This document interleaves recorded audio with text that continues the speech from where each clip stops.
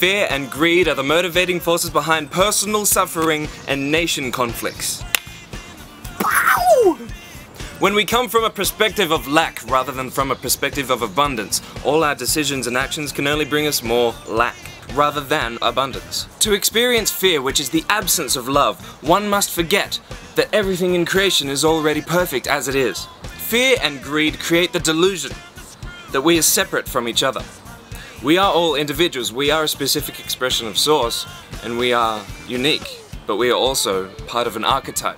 We are part of a larger humanity. An archetype is a primal surge of energy which manifests in emotions and personality types. And beyond that, you are a living, breathing human which can look into the eyes of another human and see that we are all one.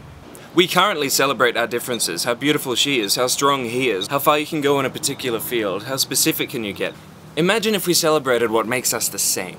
All people are a reflection of some part of yourself. Eckhart states in his second book that humanity's greatest achievement does not lie in its art, technology, or something else, science, but in the recognition of its own dysfunction and madness. But let's call this disharmony. This disharmony is created when a person assumes separateness from their world.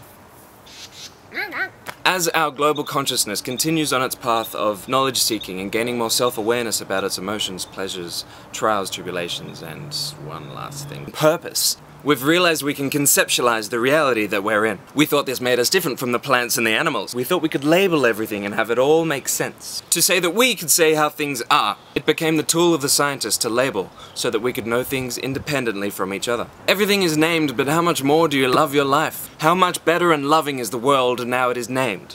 Verbal or mental labels to things, people, and situations instantly limits what an entity is capable of in its entire existence. What is this? A chair? A stool? What was it 100 years ago? A tree? Is it also a weapon? What will it be in 1,000 years? Particles? Energy? The term chair cannot possibly describe the infinite possibilities of this object in its existence. All is change. Labeling is resistant to flow. Think about how we label people. You can call someone smart, beautiful, nice, or ugly. But isn't it true that that person could change in an instant? If you choose to see them differently, they now have the opportunity to become that which you see. If you don't like what someone else is doing, your labeling of them is part of what's holding them back from changing. Commenting that someone is angry, lazy, or sad doesn't do anything to shift them off that vibration. The culture that imagines separateness from the world, the culture that creates the other, is the culture that creates feelings other than love, joy, and acceptance. The common excuse for unloving behavior is often that, in reality, things are different. No, my people, reality is malleable. It is no measure of health to be well adjusted to a profoundly sick society. Don't let reality stand in your way. If we all did that, we'd never get anywhere. Today we learned that there is a delusion of separateness from each other which creates a resistance to love. Labeling things and people instantly limits them and is resistant to flow. All things change, and we are not separate from our world, we are our world. And lastly, with the belief that something is beautiful, it is allowed to become it. Next week, attachment.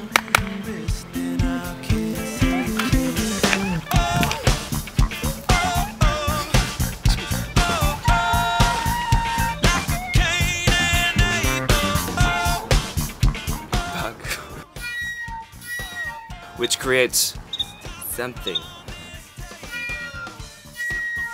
Which creates a delusion. Eckhart states in his second book that... Seriously, can you play this? As our global consciousness... Bugs and ants, bugs and ants, bugs and ants. Verbal or mental labels to things. Oh no! Oh dear! Yes. More war paint, I think. Yes. More the war paint!